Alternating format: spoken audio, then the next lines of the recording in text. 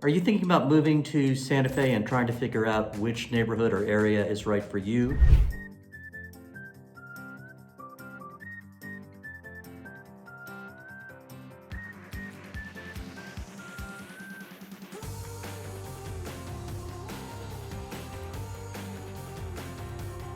The great thing about Santa Fe is there are dozens of different very unique neighborhoods and also at a variety of different price points. So whether you want mountain views, right in the middle of the plaza and all the action, room to roam with acreage, we've got it all.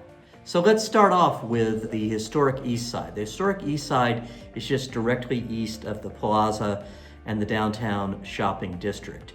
You can walk to the east side directly from the plaza, and it is filled with charming homes from anywhere from the 18th century, 19th century, homes that were built by families, beautiful courtyards, gardens that are behind beautiful adobe walls, and just a lot of character. Some of the main streets in the east side are Palace, West Alameda, Acequia Madre, where there's actually a real acequia that goes through the area, and of course Canyon Road, Garcia Street. And there are houses of all sorts of different sizes. There could be smaller condos, mid-size houses, and even large estates, and everything is sort of tucked away. It feels like a very Spanish colonial type of area. And of course there are great shopping areas there as well. Canyon Road, of course, is the main one, and then Garcia Street with Downtown Subscription and Garcia Street Books. Canyon Road has Geronimo's and also the Compound and lots of other great things. And the prices are among the highest in Santa Fe, the highest square footage. They can start around 600 square feet and go up to well over 1,000. But you're paying for the location, the charm, and the proximity to downtown and walkability. But you can find condos, some condos starting, say, in the high sixes, sevens, and then when you get into single family homes, it quickly goes up to well over $1 million and can go up even higher than that. But it's definitely a beautiful area with trees, canopies, the Santa Fe River going through. It's a truly magical place. So it's definitely someplace to consider. So often when people tell us that they want to move to Santa Fe, they want to be, or they tell us they want to be right in the plaza area. So within walking distance to the actual physical plaza, all the restaurants, the galleries. And while the historic district and the plaza area is relatively small, there are a variety of different options. Over off of Catron and streets like that, you'll find condos. Some are fractional ownership type things. Also along streets like Johnson, you'll find smaller bungalows. And then going down towards South Capitol, you'll find more little single family homes as well. And then of course, there's plaza adjacent. So if you go right across Paseo de Peralta into the Rosario Hills area and the Griffin Park area, you'll see a variety of condos as well. So you're not going to get a big house in the plaza. You're probably not going to get a garage.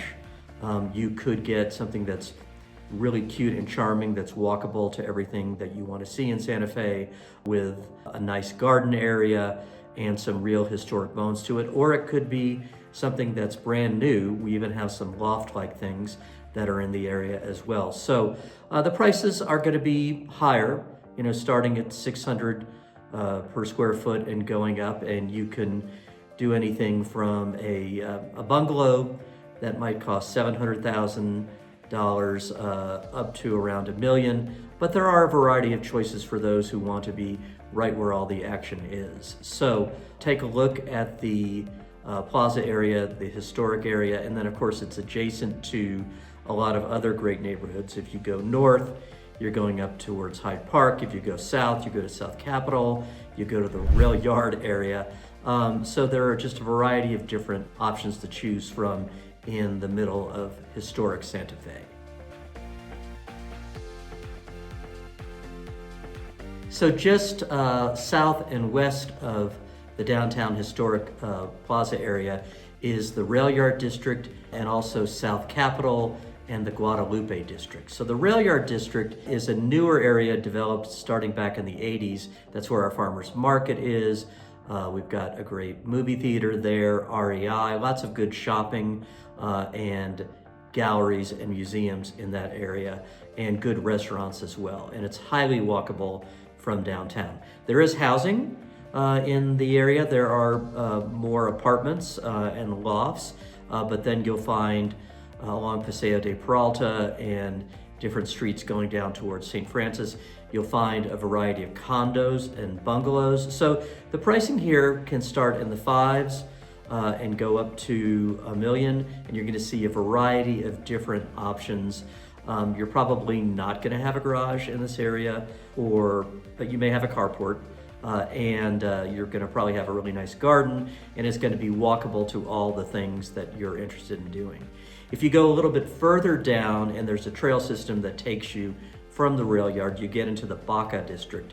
And this is really kind of an interesting area for Santa Fe because it's newer construction, and they've done some really fun things with corrugated metal, two-story lofts and condos, and it's not just the traditional Santa Fe stucco and adobe. And there are a lot of good restaurants and shops that are down in that area as well. And then Guadalupe Guadalupe and the Railyard district are kind of the same. They work together, and as you go just immediately west of Guadalupe, you're going to go run into a lot of little condo and bungalow areas as well. So it's highly walkable. People love it for that. The Railyard has the rail runner train that takes you down to Albuquerque, and a lot of people who are working in Santa Fe or working down in Albuquerque take it back and forth. And so you've got an interesting mix of different places to live, play, and work in this area.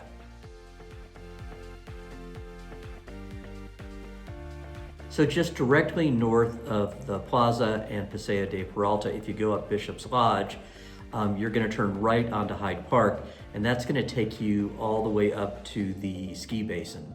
And there are a lot of really interesting communities in this area, and people love it because you've got great views, and it's also even walkable down to the Plaza. You can be at the Plaza in a car in 5 minutes. So as you go up Hyde Park Road, you're going to see one condo area that's quite big called Fort Marcy, and it's a big compound of smaller condos, so better prices on them, and you also can rent them out, and they have a service in there that does rentals for you. And people love it to come and stay there. And the nice thing about it, if it's a second home for you, you can get rental income from it as well. Go up a little further on the left, and there's a brand new development. Well, when I say brand new, it's within the last 4 years or so. It's a smaller but very exclusive area called Torre de Mirasol. Torre means tower, and it's got spectacular views looking towards the Sangre de Cristos and then west towards the Jemez Mountains. You buy an individual lot there. You can build your own home, or there are homes now that have been built, and some things are coming on the market. Going up the street a little bit further, you're going to find the development Estancia de Primera, which was built in the 1980s, and continuing on from there. It's got great proximity to downtown. There are actually trails in the arroyos, and you can walk down the arroyos into downtown. And it's got a mix of single-family homes, condos that are in little cul-de-sacs. A lot of them have spectacular views or arroyo views. And there's also a clubhouse there with tennis courts and a seasonal pool, and I believe a gym or a racquetball court, something like that. The condo fees are not that high, and it's a beautiful, very livable area, and people are always looking for places in there, and things don't always come on the market all that much there, but it's a well-established area. Then if you go further up on the left-hand side, you're going to have 3 gated areas called 800 East, 1000 East, and 1200 East. These were all developed in the 1980s and going into the 1990s, and they're nice little, well, not even little, I mean, there are houses there that are starting at 2,500 square feet, going up to 4,000 square feet. It feels more like a townhome community, but you have your own yard space and you've got great views. And again, it's very walkable to downtown. Then further up as you go, you get to Gonzales and Cerro Gordo, and then you've got a lot of combination of compounds with condos or different individual single-family homes. And then you get up further and you've got Hyde Park Estates, Summit, all sorts of very exclusive communities up there with spectacular views and some spectacular prices to go along with it. You can start going easily, starting at 1.5 and going to 2 million and even higher up there, but there are a lot of different options to choose from. And they offer, as I've been saying, great views, also access to the Dale Ball trail system, where you can hike and have great views of downtown, the mountains, and then you go all the way up to everybody's favorite place, 10,000 Waves, the Japanese baths, and all the way up to the ski basin. So a lot of options for you there. Now, if you go straight on Bishop's Lodge, it's going to take you along an area that's been around since the 50s and the 60s with larger homes, beautiful views, and Bishop's Lodge takes you all the way out to Tesuque, but it's a great option for close-in living as well. Some condo areas, but a lot of nice single-family homes. So that, and going along the old Taos Highway, which parallels Bishop's Lodge, that whole area is highly desirable because it's both close in, nicer homes, a variety of different price points. You can get really close in some condos in the $500,000, $600,000 range, and then you go up further to places like Circle Drive and those areas, and you're talking easily $2 million, $3 million houses, but great views and great homes as well. Another great area as you continue along Bishop's Lodge from the Plaza area heading north, you're getting into the area where the Bishop's Lodge Resort is. That's a beautiful Auberge and Soleil resort.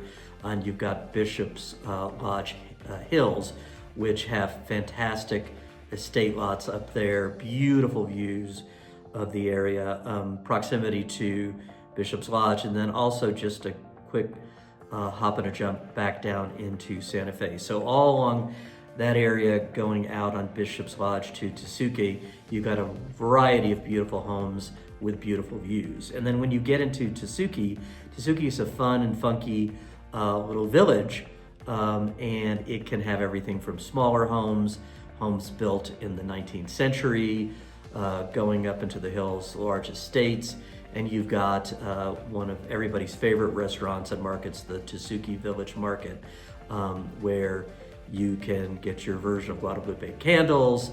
It's got a wine and liquor store. It's got a great bakery, and it's a nice restaurant. You can sit inside, you can sit outside. It's a lot of fun. And then you can meander all the way up along the road there, and you get to the Four Seasons, and then some beautiful areas. One that's a development called Los Caminitos, which is gated, has spectacular views. You've got an area right next to the Four Seasons that has more zero outline condos. And then you're getting out into the Badlands area. We call it the Badlands, but it's actually quite pretty, in areas like Chupadero that have a lot of interesting homes on larger parcels of land. So whether you're drawn to historic adobe charm, dramatic high desert landscapes, or vibrant modern community, mountain views, or room to roam, Santa Fe offers a neighborhood to match almost every lifestyle and preference that you have. Each district has its own rhythm, beauty, and story, making Santa Fe one of the most diverse and captivating small cities in the country. So, if you want to continue to get great information on Santa Fe housing, neighborhoods, culture, and history, please subscribe and keep checking in to see my videos. And have a great start to the new year. Thank you.